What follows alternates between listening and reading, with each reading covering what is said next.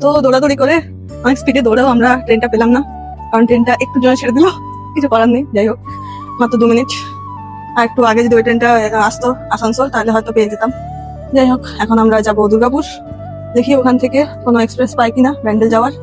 চলো, দেখা হচ্ছে। দুর্গাপুর যাওয়ার সময় হয়ে গেল একটা উইয়ার্ড ইনসিডেন্ট। একজন লোকের সাথে দেখা হলো, চিনি না জানি না, কিন্তু নিজের থেকেই কথা বলতে শুরু করলো, সিটও ম্যানেজ করে দিল। প্রথমে মনে হলো হেল্পফুল, বাট তারপর ওনার কিছু বিহেভিয়ার দেখে বুঝতে পারলাম যে লোকটা মোটেও সুবিধার নয়, তাই আমরা কমপ্লিটলি ইগনোর করতে শুরু করলাম। তো তোমাদের এটাই বলবো যে এরকম সিচুয়েশনে অলওয়েজ কেয়ারফুল থাকবে, আননোন লোককে একদম অ্যাভয়েড করাটাই বেস্ট।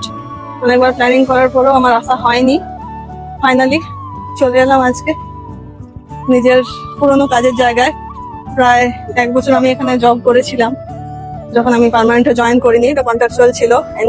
ট্রেন থেকে নেমে আমরা অটো করে চলে গেছিলাম দিদির বাড়ি। তো নেক্সট পার্টে দেখাবো তোমাদেরকে কোথায় কোথায় ঘুরলাম। ভিডিওটা ভালো লাগলে লাইক, কমেন্ট, শেয়ার করে দিও। টাটা।